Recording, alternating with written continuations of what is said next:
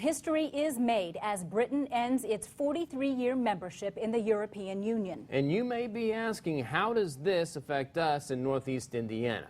We'll get to that in just a minute. But first, stocks tumbled today. The Dow closed down more than 600 points. The British pound fell to its weakest level against the dollar in 30 years. Prime Minister David Cameron had staked his reputation on keeping Britain in the EU. Now he plans to resign by October. It could take 2 years or more for Britain to fully separate from the EU. What does all this mean for all of us here in Northeast Indiana? News Channel 15's Kaitor Pessoa sat down with a local financial expert to find out. Kaitor joins us live from the newsroom with more on what he learned. We met up with Greg Reynolds, a senior financial advisor at Reynolds Wealth Management. He says the value of anything that is interest rate sensitive is going down.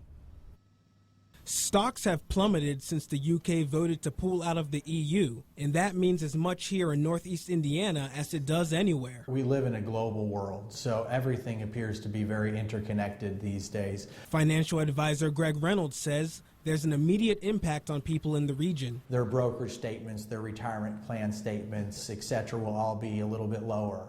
Reynolds says if you're an investor or saver, then Brexit is also a problem for your bank account. But if you want to buy a home or get a car loan, today is a good day since interest rates are lower. Reynolds explains that even though stock numbers are low today, they're not low in the big picture. He says people should be ready to capitalize. And this is the time where investors need to have a plan, stick to that plan, and be ready to go capture some of this low-hanging fruit that's going to be interesting over the next couple days or weeks. Northeast Indiana businesses with UK operations have been keeping a watchful eye on Brexit. Warsaw-based medical tech manufacturer Medtronic says they have ample time to assess the impact and respond as necessary. DePuy Synthes says they are carefully considering the potential long-term impact of Brexit. Reynolds says Brexit is an unprecedented event for the economic world, and this is how it has reacted. So I think it's the fear of the unknown, right? What is it going to do to corporate earnings? What are the unintended consequences of the UK leaving the EU?